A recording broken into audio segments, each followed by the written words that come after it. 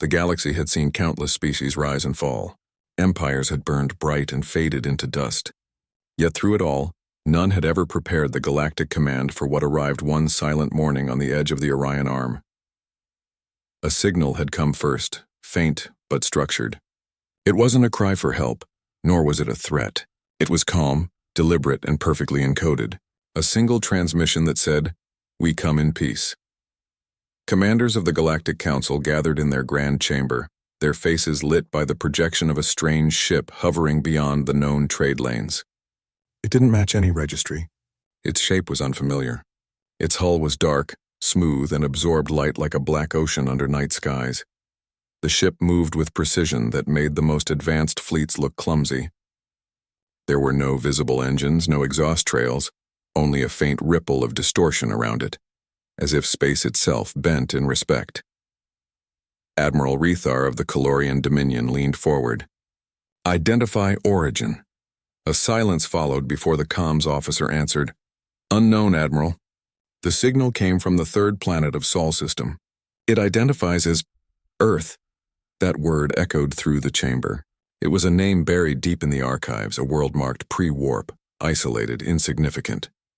The Council had dismissed it long ago as a developing species unfit for contact. Now, that same forgotten world had sent a warship that appeared beyond comprehension. "Send a probe," ordered Rethar. The probe left hyperspace minutes later and approached the dark vessel. It sent back a live feed. The watchers leaned closer as the alien ship rotated slowly, revealing markings across its hull. White letters, simple, ancient. The word read, HMS Valiant. The moment the probe came within 1,000 kilometers, every system in the Galactic Council's network flickered. Lights dimmed. Sensors froze. Then the feed went black. When power returned, the probe was gone. Not destroyed, not scattered. Simply erased from existence.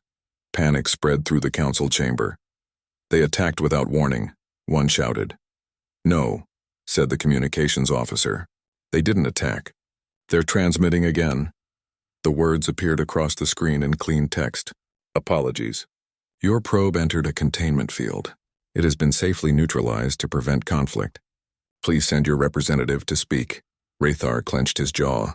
No species had ever apologized for disarming galactic technology. Within hours, a diplomatic cruiser was dispatched, escorted by 6 guard ships. They approached the human vessel cautiously. The Valiant remained still, silent, almost indifferent. Its size dwarfed even the largest galactic dreadnoughts.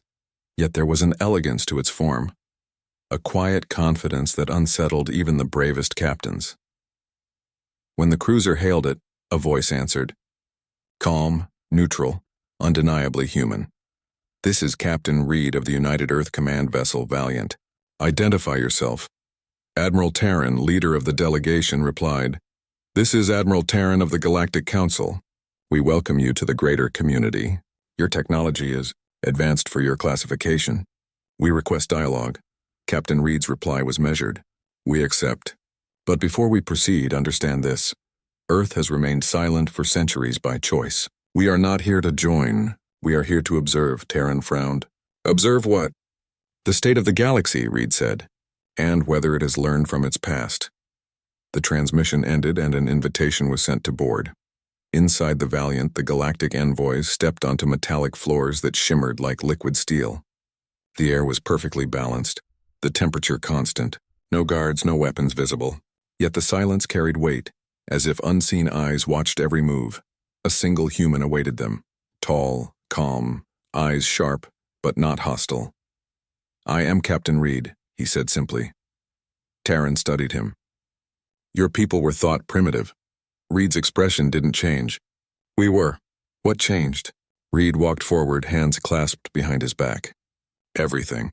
We looked to the stars, saw the wars, the arrogance, the endless hunger for control. Humanity decided that if we were to reach the stars, we would do so without repeating your mistakes." Terran's voice was skeptical. "And yet you come in a warship." Reed stopped. "Peace is not ensured by weakness, Admiral. It is ensured by restraint."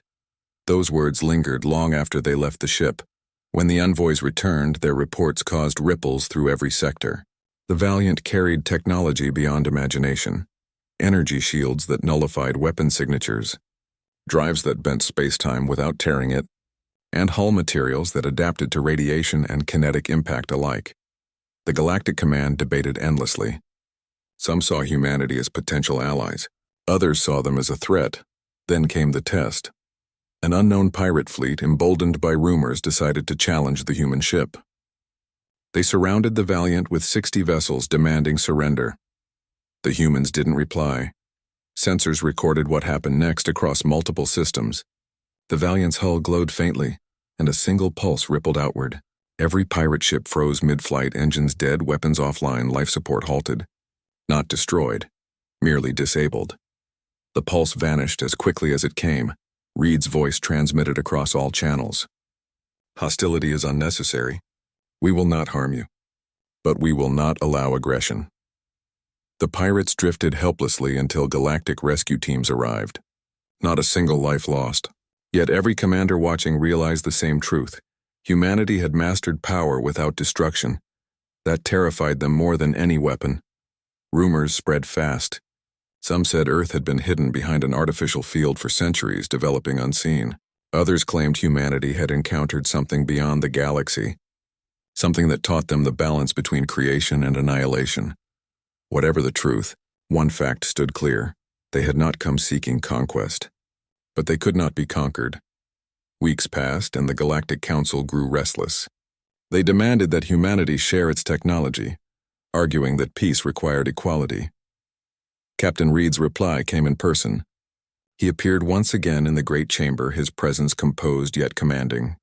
"You misunderstand," he said. "Equality is not given by technology. It is built by character," Rethar scoffed. "You speak of philosophy while holding weapons that could erase worlds." Reed turned his gaze on the Admiral.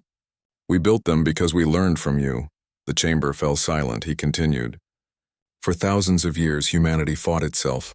Wars over land, faith, and power. We saw what unchecked ambition does. We nearly ended ourselves. But we survived because we understood that true power lies not in domination, but in control. Then why reveal yourselves now?" Another counselor asked.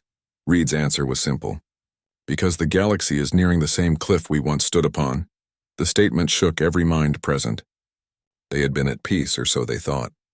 Yet under that peace lay greed, rivalries, and quiet expansion. Humanity had seen it before. The calm before collapse.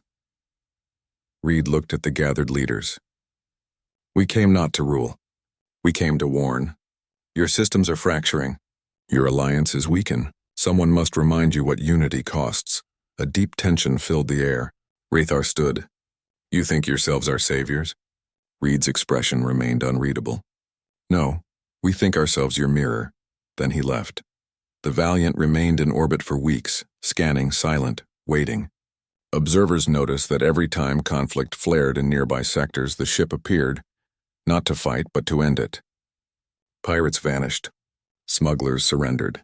Even planetary militias disarmed at its presence. It became a symbol. Some called it the Silent Guardian, others the judgment of Earth. But to the Galactic Command, it was a challenge they couldn't ignore. Months later, a coalition of 3 military powers assembled a fleet, not to attack but to test humanity's strength.